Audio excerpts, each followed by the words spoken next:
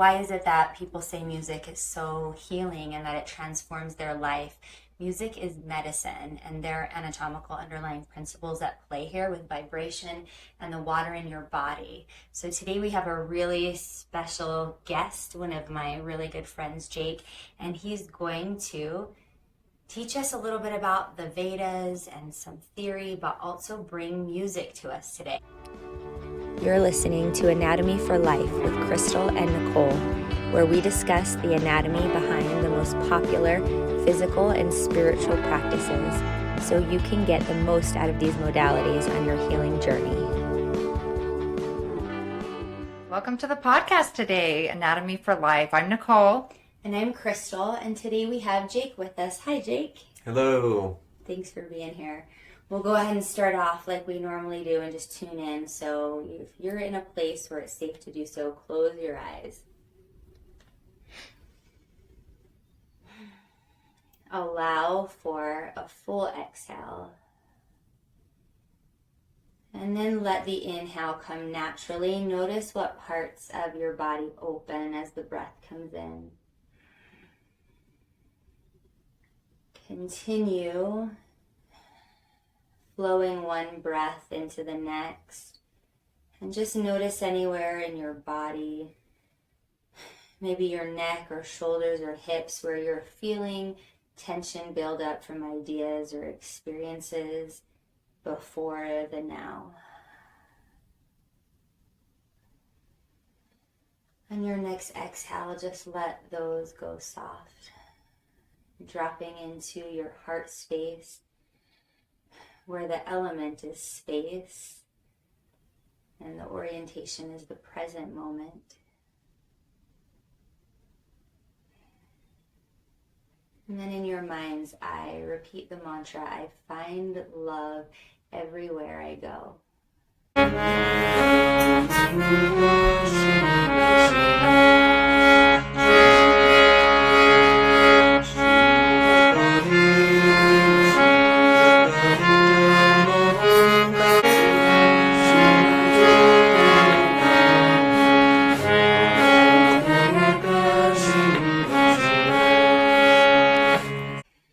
When you feel complete, go ahead and end with a breath in through your nose and out through your mouth.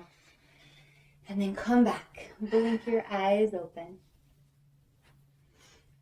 We are all here now. The only thing that's real, the present moment. There's nothing that brings you into the present moment like music, right? True.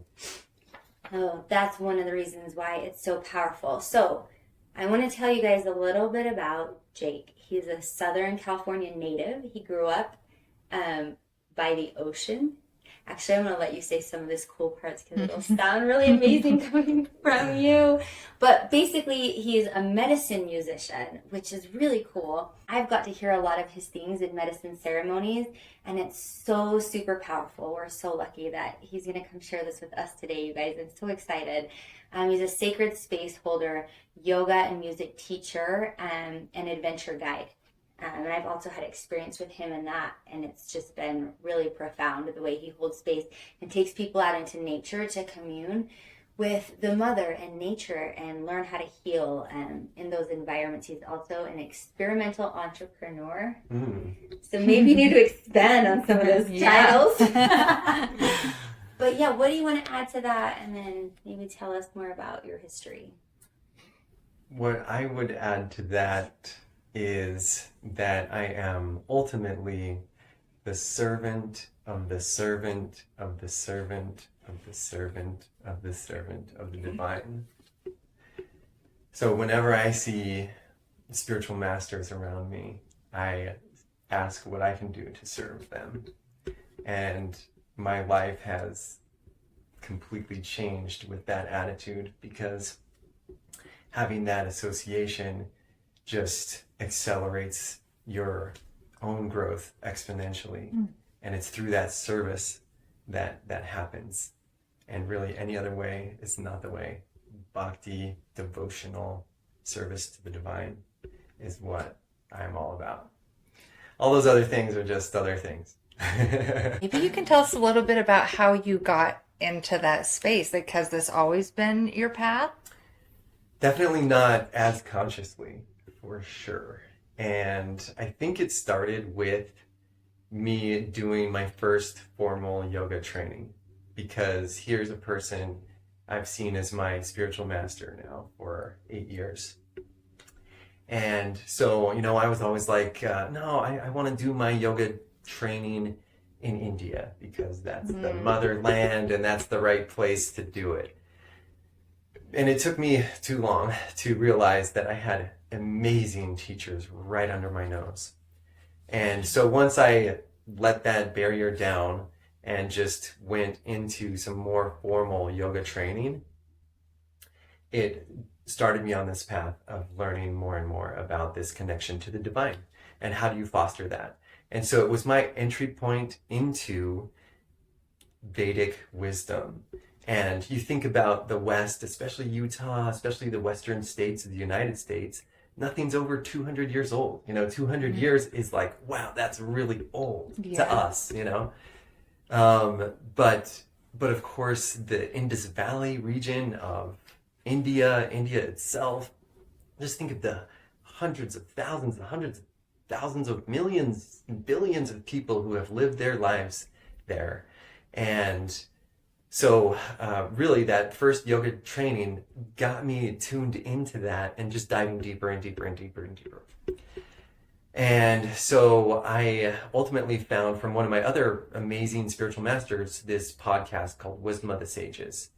And what they do in that podcast is read from the Srimad Bhagavatam, which is this distillation of Vedic knowledge. And because you could go any direction once you go there, right? There's so much literature, there's so much there. So the Srimad Bhagavatam, they read from every single day, and they just get into yoga philosophy like I've never been exposed to before. And so you have 4 of the major schools of yoga: karma yoga, jnana yoga, ashtanga yoga, which we're all familiar with, and then bhakti yoga. And bhakti is the path, and you can choose any of those ones you want and go super deep into any one of those. But bhakti yoga is that devotional service to the divine. And so once you start getting into it, it's its own whole thing. And so that's really how I've gotten started on this path and started seeing just the amazing benefits that come. But it's not, of course, we want to progress in our own lives, but ultimately, when we talk about yoga and yoga philosophy, we're talking about yoking or connecting ourselves to the divine. And really, in the Kali Yuga, this devotional service, this is the way. This is the way to do it. And so yeah, I can talk about that forever, obviously. Oh, I love it. But yeah. But still in the intro, what else is there to know about me? Well, I was wondering if you'd tell us maybe like, what are the symptoms and signs from like the before and the after of like what are the things that have kind of taken hold in your life, and how's your life changed after being on this kind of path of devotion? And also, like, how's your music changed? Wow. Really good question. I think on my spiritual journey, nature's been the biggest teacher. Of course, we have all of our familial stuff put on us and from broader and broader points of view, all of that's put on you as you grow up. But to me, it was always like, okay, cool story, bro. Where's my sandwich? Like that's, I'm going surfing because that's where it's at, and then the mountains called me and I had to go there. So I spent a lot of time in nature, and then everything else just had the volume turned down on it, right? It was like, okay, I see what you're saying, but the experiential nature of being so connected to water or the mountains and all of that just teaches you so much more than somebody trying to teach you something. And so that's where I was before. But then still intellectually, you know, when you're not having those amazing experiential situations in your spiritual learning, then you still have the problems of, you know, where did we come from? Why are we here? Where are we going? What's it all about? Right? Mm-hmm. So you can still wonder about that while you're surfing and you're still participating in this beauty. And then, Yeah. definitely. So I'm getting a really good picture of Jake's spiritual awakening while he's surfing down a wave in the California coast and pondering the meaning of life. That's what's happening. For sure, for sure. And so where did those questions lead you?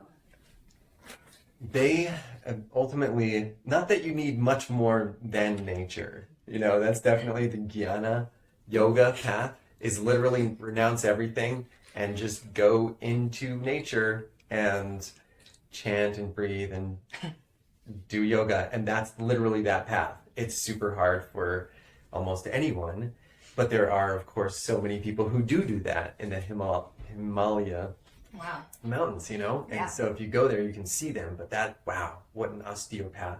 And it's not necessarily my path, it's not our path. And so living in this world, how then do you grapple with those other questions of, why am I here? Where did I come from? What are we doing here? And where am I going?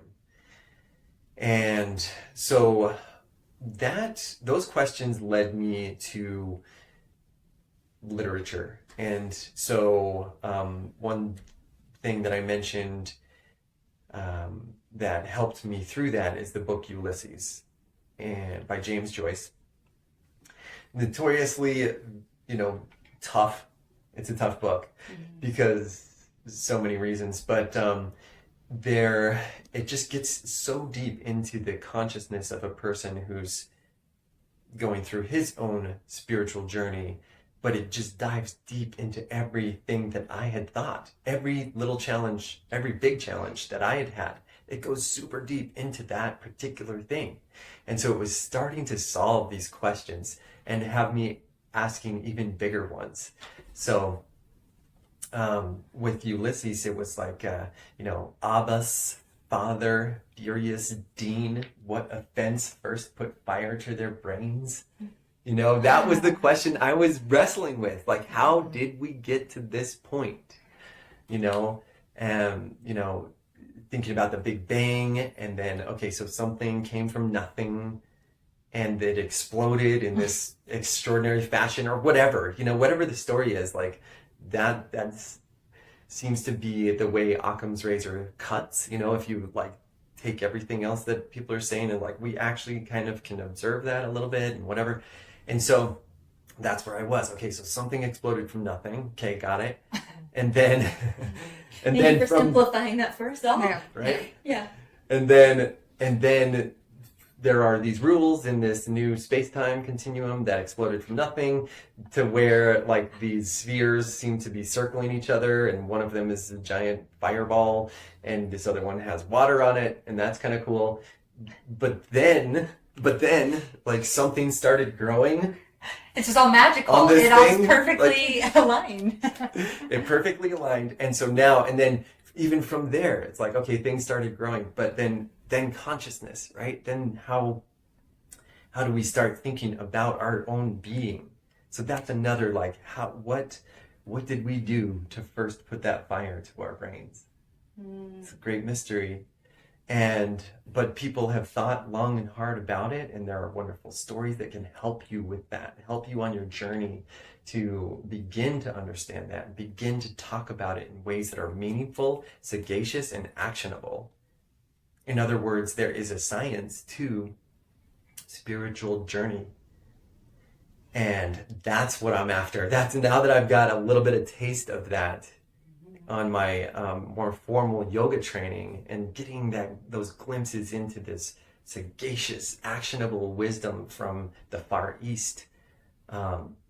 there's no stopping it, right? Like that's the way, the truth, the light. This is my path. And so I think I'm answering your original question, which is, what was the before, what's the after, how do you compare those two? And that's what I really feel like. I was faithless, I was rudderless, I was angsty, I was atheistic, nihilistic, destructive. All of those things could certainly describe my post-college era, as I was searching for that truth and not necessarily finding it.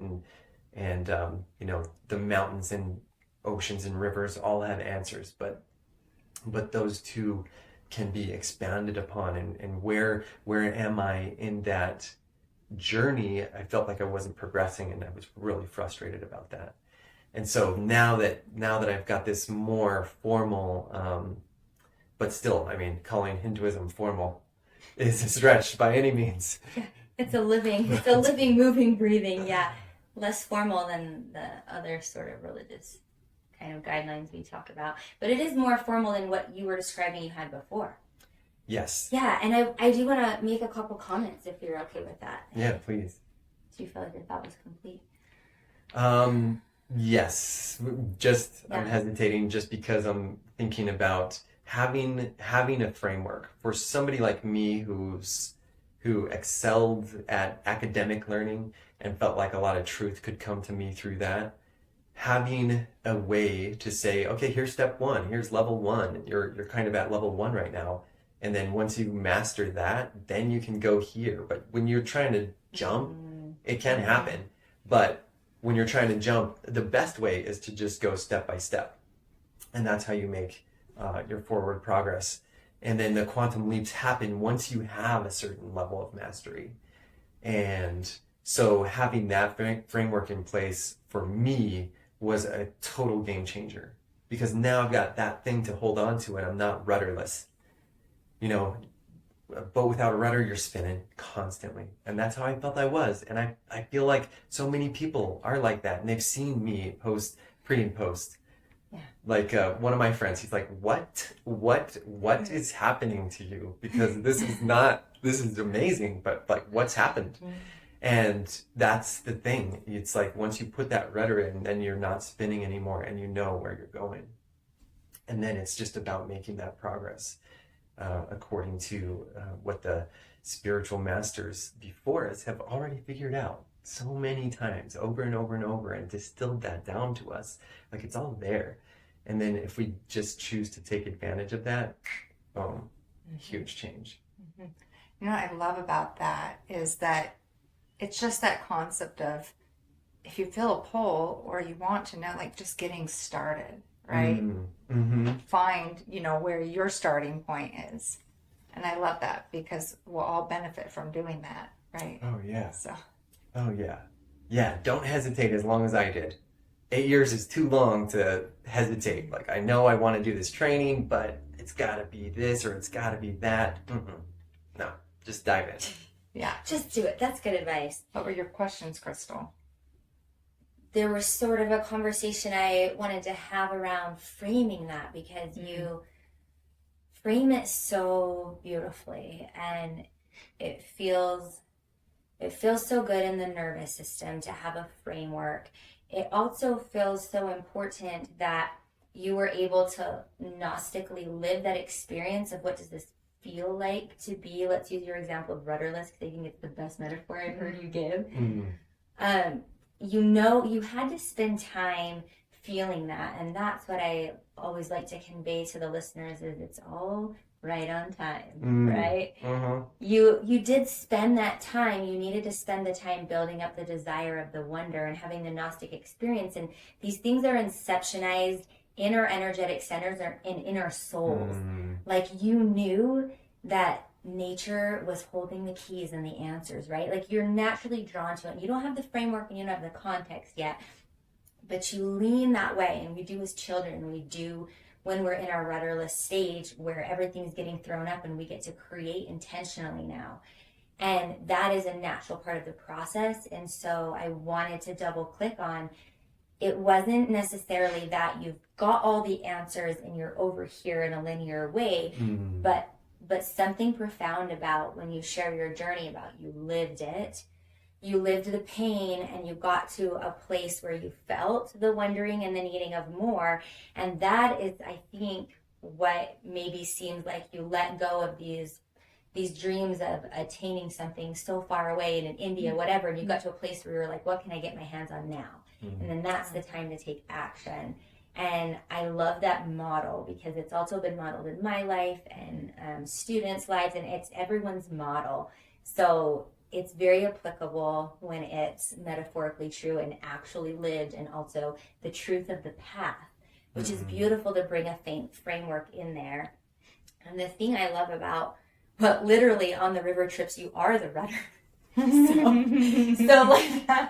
you are Rudder, so great at that. River name. Physically and literally, and then like also energetically. You do that for people where the space being held is very balanced, and it's very much like yes and, right? Like yes and apply it in the 3D world with the framework and what can we do. And that was the second thing I just want to double click on, and what you teach is really powerful, and what you pull out of these Vedas, which I don't want to read, and so I like hearing it from you. Fair enough. Which is just that, like, and what does it mean, and what do we do, and what's our action, and what's our direction at this point? Oh man. Based on those learnings. You mentioned two things in my mind that I would like to sink deeper into as well. And so you said something about the truth of the path. And I've been dealing more and more with this archetype of the wounded healer. You know, it's you kind of got to go through it to heal it, right? You got to feel it to heal it. You got to go through it to heal it. And so the fact that that pain of nihilism and destruction, self-destruction, is so real for maybe all of us, that, you know, that I have been through it. I've resurfaced on the other side. I have my point in the distance that I'm headed to with certainty. That can be a light on the hill for other people. And I'm realizing that, and stepping into that more and more is a little bit uncomfortable sometimes because, you know, for so many reasons of my own past.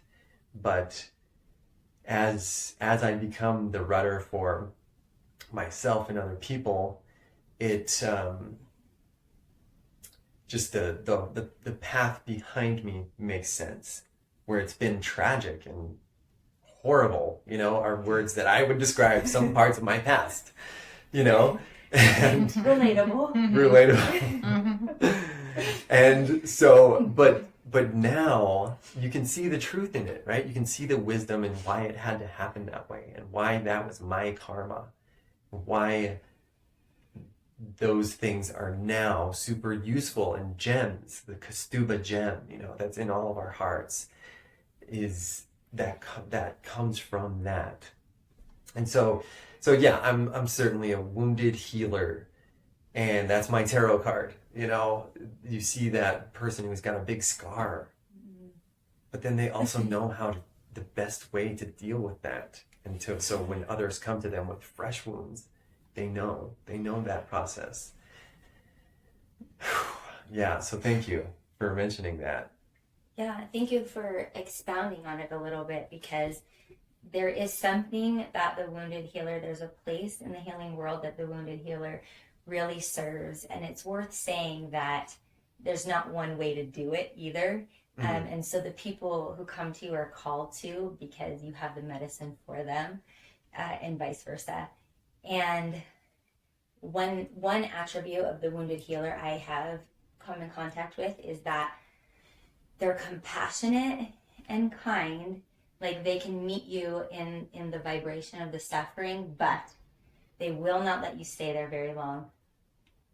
You exemplify that, but I have some other wounded healer coaches and shaman in my life, and that is something I do really love. And so listeners have encountered that, ponder on it. And I wonder if you've encountered that, ponder on it. But that is that's a really brave and fast moving energy. The wounded healer will take you faster through your journeys and bring you, Guru, one who brings me out of darkness into light, right? That is an accelerated path, actually, because they're not afraid. They're not afraid, and they believe in you, and they support you. And I think that's a beautiful tarot card. I don't know if I want to say it on public air what my tarot card is, but you can probably guess. It's a different talent, right? It's a different way of bringing light and healing to people. And you called it out when we facilitated together at our last thing too. It's a little bit different energy. But I thought people might find that fascinating in this world who are delving in and listening to this podcast, because you will encounter different energies from people and you'll feel what is your medicine. And I love that. For sure. And yeah, that just makes me think of what is that? You know, we're talking very generally. We're kind of getting into the meat of it. We're in the air gate of this ceremony, of this podcast, and I think we're transitioning now to what is that, right? So it's all, we can talk about spiritual things until the cows come home, but until you get something sagacious and actionable, it's all semantics. Yeah, and, let's put it in the lip fire service. game. So let's give go. a personal story. Will you give a personal story? Or let's give a story that exemplifies that. Stories are great. Oh my gosh. When was the time you were ruminating in the air of it? Okay. And you're moving through the things, and then someone pulled you out. It's time to come out, right? Let's get up. Let's move. It's like down the canyon, right? Let's stop. Let's move into the next step. Like when, right? Yeah. You probably have some I haven't heard of. I really want to hear them. For sure. I don't think I've said this one out loud ever, but it certainly is appropriate. As I was, into yoga and starting all this stuff, and I would go to, it's a little bit of a vulnerable story, so bear with me. Thank you for your patience. But as I was getting into yoga more and more and listening to what my teachers were saying and doing my best to apply it outside of just trying to get a workout in a yoga class. Then I was like, okay, let me notice my energy as I walk into this yoga classroom. And I noticed in one time in particular, but my wonderful, amazing teacher in this regard, it was just like, okay, so I'm excited to be there, this and this and that. Okay, so but where this hits home for me is that as I was going into that yoga classroom, you get excited. You see people you start talking to them. The energy is airy, right, before the class starts. And so you're just kind of like, woo, floating, because you're so happy to be there. You're going to get into the meat of it in just a bit. But after I had started talking to somebody, I noticed that my drishti was wandering to somebody's rear end. And I'm so sorry, but it's the monkey mind. We're going to have like all these crazy thoughts just even today, right? And so forgive me, but this is what a man's eyes do, and unless it's consciously controlled. So I realized my energy is kind of like, whoa, okay, I've got to reel it in here, because this is not my intention for being here. This is not why I do any of this, and this is not who I am now. And so that right when my drishti did drift, that person turned around and looked straight into my soul. And it was just like this moment where it was like, I thought I was evolving on this path, but now here I'm like caught red-handed, right? Like, Jake, where's your drishti? And of course it was less verbal and whatever than that, but that's exactly what happened. And so for me, it was like, okay, I need to prep myself for every yoga class that I go to, and really life in general. Because if that's who people see me as, is like, this is where my energy's going, then they treat you differently, completely differently. When they understand what your intention is and who you are, and you guard your energy, you clean your energy, they treat you, again, differently. And when you're aligned, people treat you differently. And different things happen in your life. And that's the wisdom. That's the sagaciousness of the wisdom, just meaning like sage, like a sage imparted that to us. And they know, right? Because they've been hurt. They've been down that road. So they're telling us. The sages tell us, guard your energy, clean your energy, be who you want to be. I love that story because it's so relatable, right? That's a real world thing. And it just made me think, like, how am I moving through each thing I do? And that's just a real, very real thing, right? Very real. And so who do we want to be when we go into a business meeting or into a yoga class? Exactly. Like, what are we bringing in with us? And you think what are you giving? What are you? Yeah, maybe you think you're hiding your intentions, but that's never, ever, ever, ever the case. Everybody sees you. Yeah, I think our internal and our spirits, we notice things, whether it's subconscious or not. Yeah. I love that. And then what happens verbally is, we all know, like, such a small, very, very small part of the communication that happens, you know? Oh, yeah. Yeah. Oh, as you say, for me, the rubber hits the road in parenting. So that's context for people as well. In the fire gate for me in parenting, every time I think I have been something, accomplished something, integrated something, and I'm living something, it just takes one child, one 5-year-old, my 16-year-old is that person that turns around and looks me in the face. My 16-year-old literally yelled at me a couple of months ago, "You are projecting your fears on me," in a parenting moment, and she was right.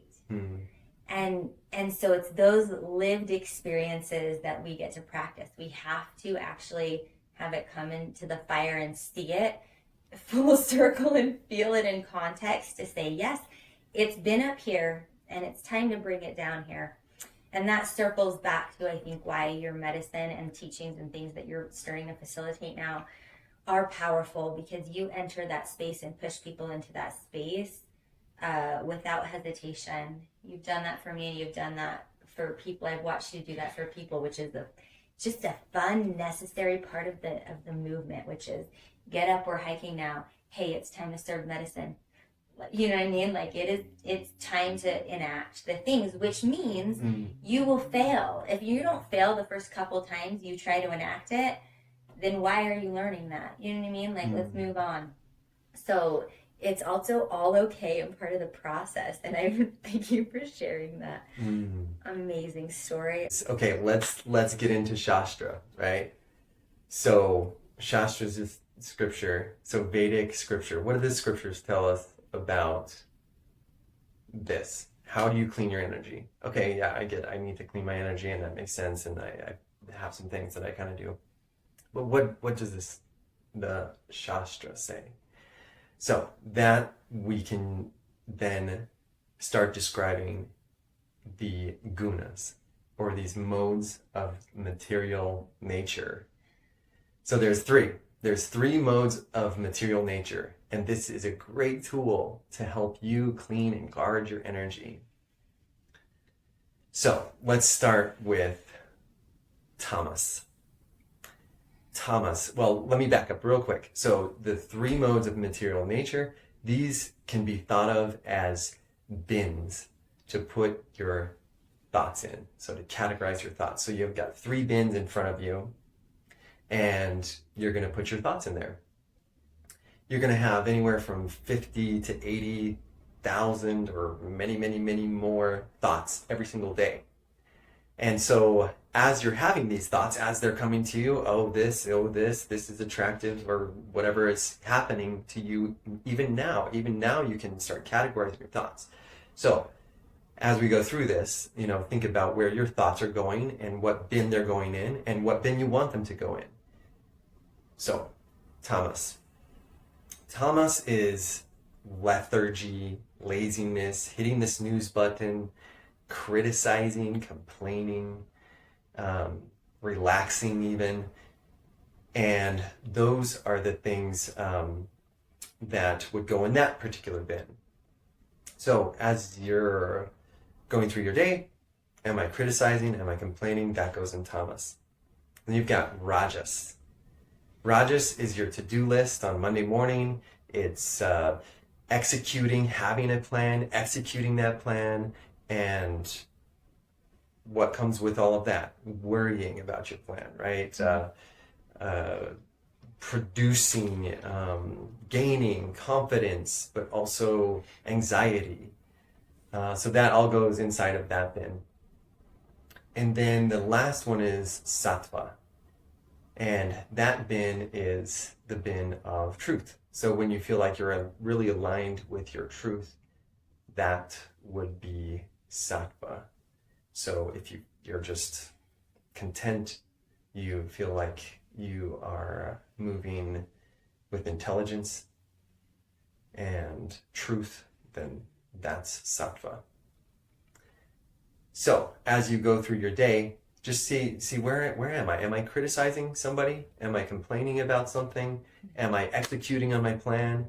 Or am I content in my truth? Am I aligned? Have I done the things that I need to do today to get myself aligned with my highest truth? And then that would be the sattva bin. I find that a lot of my time is now being transferred from tamas to rajas. And a byproduct of that is maybe a little bit of sattva, but it's rare, still even now. But I'm doing more and more things to get me there.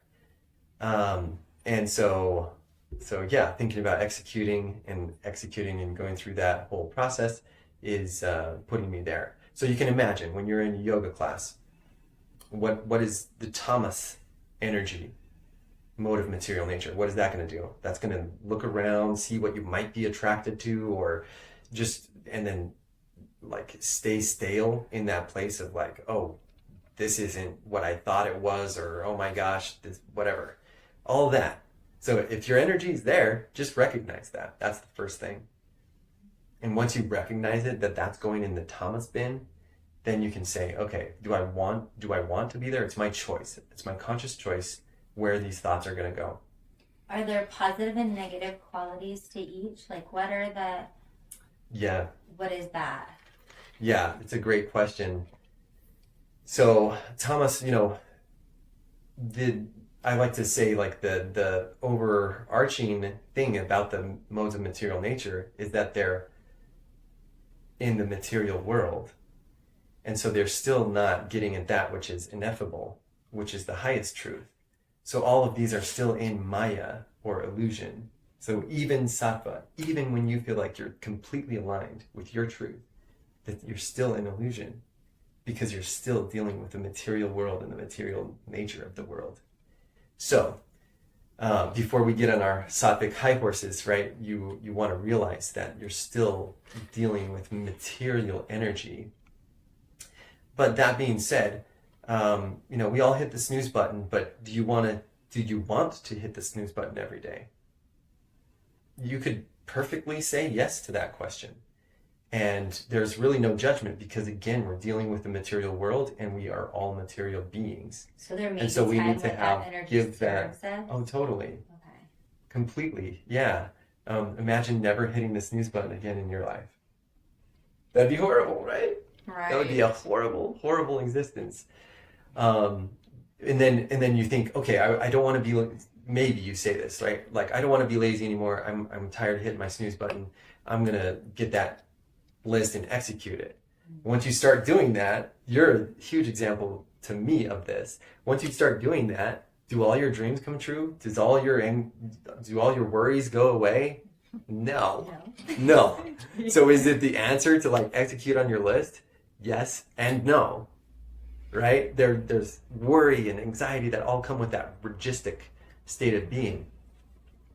And then sattvic, sattva, that's a little bit tougher to find the downside because, we do find contentment and intelligence there. And it's harder to put a word like undesirable into that bin, right? Because if you're aligned with truth, then you're there. or maybe it's unhelpful Yeah. to, I find like sattva to me is like sitting at the top of a mountain by yourself. Mm-hmm. But then where is the learning and the push and pull and the feedback and the minutia? Where is the purpose and lifting others? Where is the life stories? Right. Like right. when do you come down off the mountain Where's and the service? participate again? Oh, Yeah. Where's the service? Where is the service? That's it. When you're solo and yeah, jnana yoga, go do it, contemplate by yourself in a cave in the Himalayas and the highest mountains you can find, and you can do that, and it's a perfectly valid way to approach these questions of where are we, who are we, where are we going, and all of that. But it's not a service path. And for those of us who are, see that as the way for us, and of course, like our families, we would be considered householders in the Vedic tradition. So once you're a householder, you're not an ascetic. You're not a rishi. So we've already chosen into a path of service. So we might as well execute at the highest level that we can. And sitting alone on a mountaintop, well, as amazingly sattvic as that can be, it's not necessarily grounded in service that we all have already chosen into. Yeah, I like also that, it's like moving into that state of recognition. I think that is like sometimes the hardest for all of us when we're going through things. And I love that state of recognition because once you've experienced, you can choose. Am I going to stay in this or am I going to learn and grow? So then when it comes up, take anger.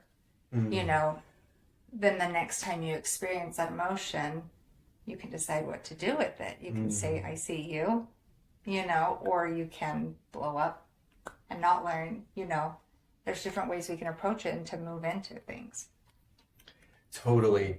And I almost think 99% of the work is in that first step. And you think, oh, it's such a small thing to just recognize what my thoughts are doing.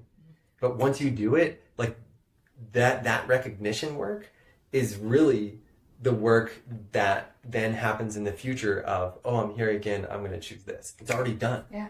Because you did that first recognition step and all of it's there. And then you're just like, okay, switching. Yeah, because I've often thought, how many times are we all guilty of looking at someone, pick a family member who keeps doing the same dumb thing over and over, right?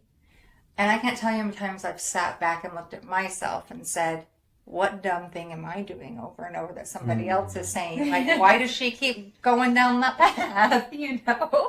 We're all guilty of it, And so that's why I think that recognition is so beautiful, because if we're willing to learn and evolve and change, then we can move forward. And then we can offer that light and help others. Exactly. As you're saying. Thank you for that teaching. That's Exactly. cool. Wonderful, yeah. And the science is there to corroborate all these things that we're doing and we're bringing to you. Your body is over 60% water. Water is made up of 2 hydrogens and an oxygen. Hydrogen is a hexagonal structure, a beautiful molecule that can hold vibration and bond with other molecules around it. And also with the 2 hydrogens and oxygen, what will happen is it becomes programmable. So with frequency and vibration, picture a tuning fork in your mind. And if you're hitting that tuning fork and it's like a high C, and it comes into contact with something else, either programmable or already holding that frequency, they vibrate in what we call resonance. So this is where some of the poppy new age language is gonna kind of settle in for you, and where we use that in scientific terms. So if you program your intention and your energetic system and your body with a vibration, like I love you, when we do work and we say agape, or you're hugging your baby and it's I love you, you're safe, that is communicable and it's very tangible. It's not out there in the ethers. You're transferring vibration. So this is one reason why music is medicine. This is why music is medicine and should be viewed that way. What you listen to, what you consume, what you produce and put out in the world. And it's no secret. This is one of Jake's gifts. So whatever you're doing, you can hum along, sing along, we can listen. What are your intentions for us? Well, a lot of it is in the song, but clearly what music does for me is taps into, again, going back to Shastra, just grounding it in the wisdom that's been distilled and brought to us through our amazing gurus, is we need to be surrounding ourselves with transcendental sound vibrations. This is key. Whether that's chanting the holy names, singing, kirtan, all of these things are the tools of Kali Yuga, this age that we are currently in. And so truly the answer to the issues that we face today is gathering together, singing and chanting.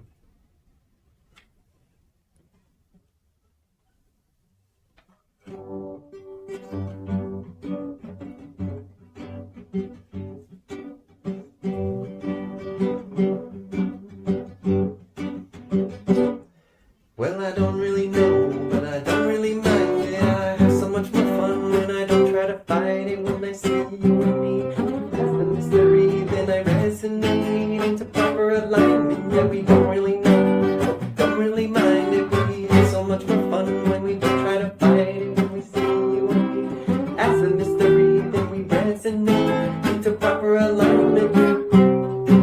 Sometimes I don't know where we're gonna go. Sometimes I don't know who I wanna be. It's those moments I realize the truth is inside of me. Roll your shoulders back, lift your heart and breathe. And remember and never forget who you are. You're a spirit so shining bright. You're a spark of the divine, with the purpose so right. Not the body, not the mind, but a piece of super soul, floating way above all the stories ever told. Hey,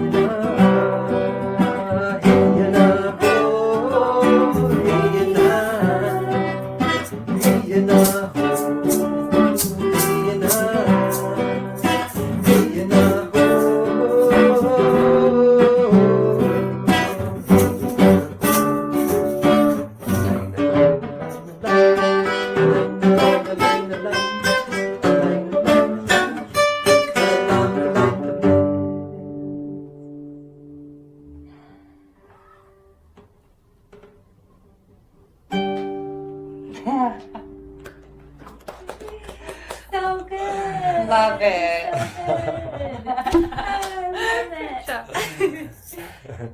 That's so great. That song will be out. You can buy it. Just kidding. I think it should be. Download it. When are you going to record that? Soon to be recorded. There you go. Yes. Yeah. Yes. It's brand new, fresh for this podcast, man. Oh, we feel special. I birthed that song for, many months, but also in that form for this. Oh, I love that. That was perfect. Thank you. So uplifting. You know it's medicine for me, and I know so many people are going to feel that. So good. So good. Thank you, Jake. And it just so embodies all the things that you are and that you teach. When people are around you, they can feel that just unconditional love and excitement and spark for life. We're so grateful for you. We'll tag Jake on Instagram, and I'll put in the show notes how to get a hold of him and all the things he's going to be doing: medicine, music, facilitating retreats, things like that. Stay tuned on Instagram. As far as Zen Yoga goes, you guys already follow us, subscribe to stay in the know with online courses and other things that we're facilitating and putting out there. And we love you all. Truth is our identity. We're in this together. Satnam. Satnam.